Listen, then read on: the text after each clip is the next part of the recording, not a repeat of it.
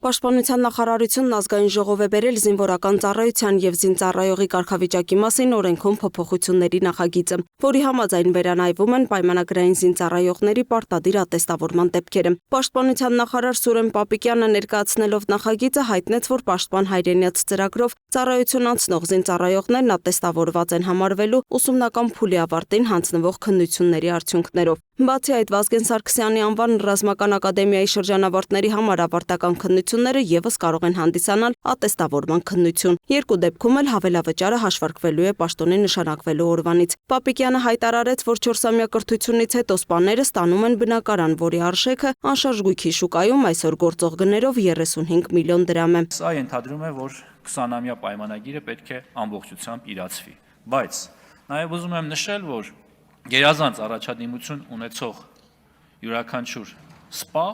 որ ավարտում է ակադեմիան, կարող է ստանալ 620,000-ից մինչև 750,000 դրամ աշխատավարձ։ Պապիկյանը խորհուրդ տվեց ընտրել այնպիսի մասնագիտություն, որն ավելի լավն է, նա կոչարեց երիտասարդներին և ծնողներին մտածել ու կողմնորոշվել հօգուտ սպայի պատվավոր մասնագիտության։ Կարծում եմ ամենալավը և ամենաերաշխավորված մասնագիտությունը այսօր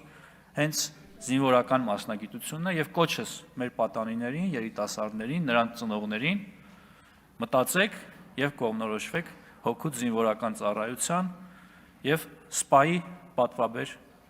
պաշտոնին ու դերին։ Մեկ այլ նախագծով վերակառուցման և զարգացման միջազգային բանկը 70 միլիոն 400 հազար եվրոյի վարկ կտրամադրի Հայաստանի Հանրապետությանը ջրային ոլորտի բարեփոխման համար։ Այս վարկային համաձայնագրով